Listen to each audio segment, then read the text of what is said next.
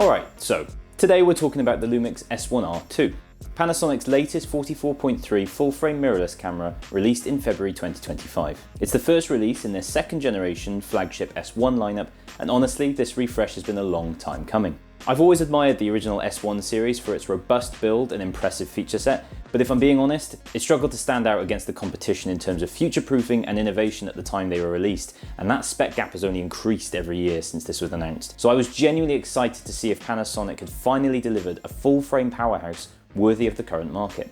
Now I've used the S1RII over a couple of weeks, and while that's not a long time, I have been able to take it on shoots, test it out in travel and hobbyist scenarios, and really get a sense of how it fits into the current Lumix ecosystem, especially when you compare it to what the S5 II and 2X already offer. So here are my thoughts from the perspective of a hybrid shooter. No, this isn't going to be a full in-depth review given my short time with it, and if you want that, I'm sure you'll be able to find plenty of content on here if you haven't already, but from my perspective, I'm going to discuss the things I noticed almost immediately from using it daily for 2 weeks. Let's start with ergonomics. If you've used the S5 II or 2X like I have, you'll notice the S1RII's body and button layout feel quite similar, but with a few noticeable changes. The deeper grip for one is immediately obvious and actually a welcome upgrade if you're using heavier lenses. When the S1RII was announced, I was initially disappointed they didn't bring back the original S1's more substantial body design, but after using it for a while, I get it. I get why they've gone this route. It's lighter, which I really appreciate when I'm moving around a lot, but it still feels robust in the hand. Next, the multi-way tilting touchscreen is simply brilliant.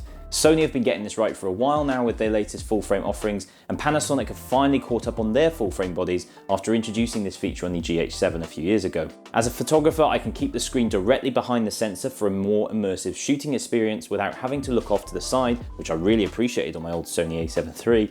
But then when shooting vertically or from awkward angles, I can pull it quickly up, down, left or right and rotate the screen so I can still see it. And then as a videographer, I can still keep the screen behind the sensor for optimum video positioning, or tilt or flip it out to the side if I'm in certain awkward or abnormal positions, which is just a game changer for solo shooting. It genuinely makes the body so much more versatile compared to my S5 IIX, and it's annoying going back to that camera now after having used this feature a lot. Other little ergonomic touches like the tally lights, the red button on the front for recording, lockable dials and the quick flick photo video S&Q mode switch are small but meaningful additions. These details genuinely improve the experience and efficiency of using the camera and make it feel more like a professional tool rather than just a hybrid body trying to cover all bases. It's clear that with the S1RII and the recently released S1 II, these changes are here to stay for their higher end bodies, which is great to see. Alright, so photography. This is where the S1RII really needs to impress, being their resolution focus model.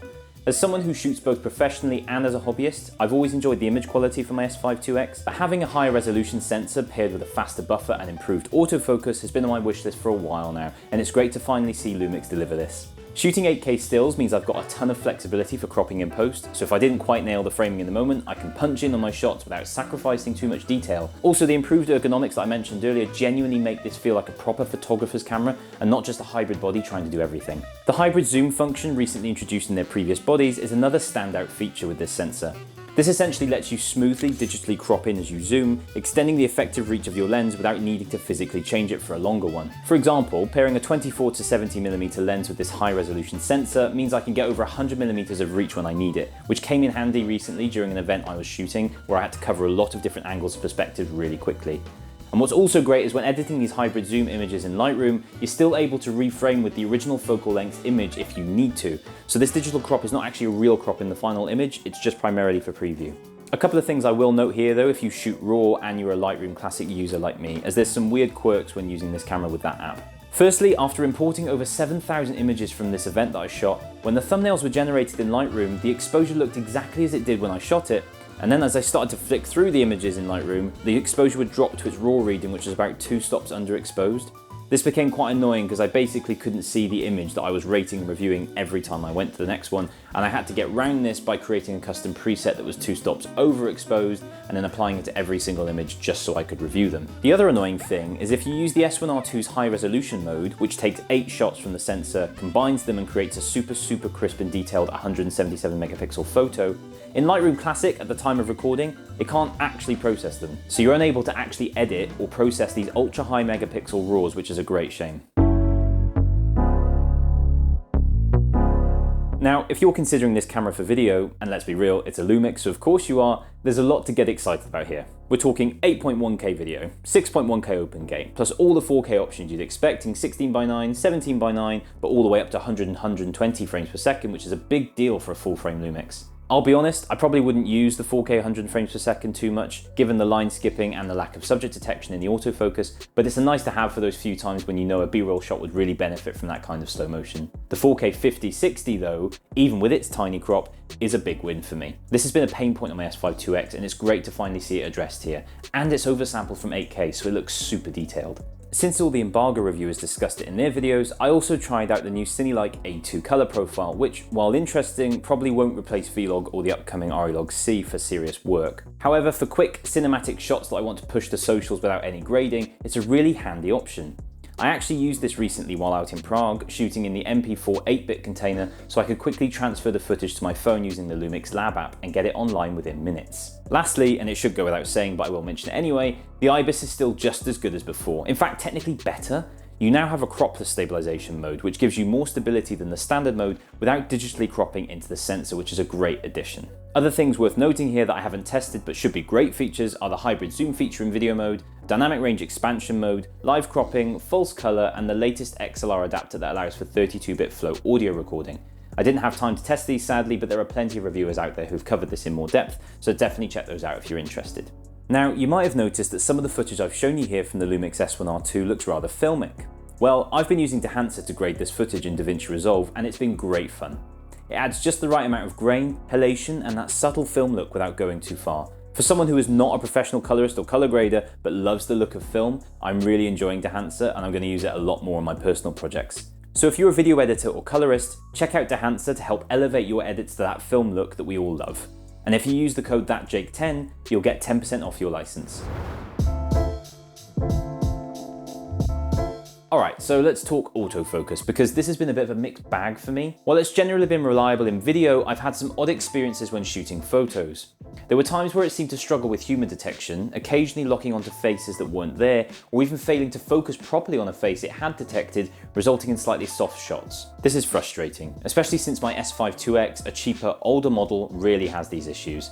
In fact, since I made my long-term review of it last summer, which if you haven't seen, you should definitely check it out, I'd actually argue the autofocus has improved even more on it, which is great, but then it feels a bit weird to have to sort of step back again with a new higher-end model. Something also worth highlighting here is on one of the first days that I used it, after shooting a mix of video and photos on a long walk, I switched from the Lumix 20-60mm kit lens to my Lumix 85mm prime. I was having some fun with that, and then I put the 20-60mm back on, and suddenly the camera refused to focus. It was like the motors were jammed. It just seemed like it couldn't shift focus, despite me pressing the autofocus button the same way I had been for the last hour. I tried switching to autofocus single, continuous, to manual, then back. I tried powering it off and turning it on again, removing the battery, removing the lens and reattaching the lens, but nothing worked. How I fixed it was actually by reattaching the 85mm prime back on, autofocusing with that briefly, which did work, and then once again reattaching the 20-60mm. This was a really bizarre experience, and I've never ever had this issue on my S5 IIX. I'm honestly not sure what caused it, but it didn't happen again, and when I later took it to a 2-day event, it didn't happen then either, albeit I didn't actually change the lens really, so I can't say for sure how much of an issue it is, but it was certainly an eye-opening one at the time, and I couldn't review this camera without discussing it. Despite all these little issues with the autofocus though, I'm sure that these can be addressed with firmware updates, but again, this needs to happen. And even their recently released S1 II appears to have more reliable autofocus based on initial reviews. So, having had the S1R II in my hands for just over 2 weeks, my thoughts on it? Well, yes, I'd love to own one. The 8K stills and the high-res sensor are genuinely fantastic for photography work, and while it may not topple the biggest names out there in terms of autofocus or speed, it gets you close enough, especially when you pair it with good lenses and take advantage of that hybrid zoom trick. For video, the recording options are ridiculous in the best way possible. You've got everything from oversampled 4K 50/60p to full frame open gate to 8.1K recording if you want it. And while there are some minor limitations in the high frame rate modes, they're nowhere near the deal breakers that they used to be on older bodies. Honestly though, I think it's overkill for most video workflows. But for those high resolution stills, it's brilliant. But, and it's quite a big but, I don't think I could justify it as my main daily driver right now. The reports of overheating and relatively short battery life for video work are definitely something to keep in mind.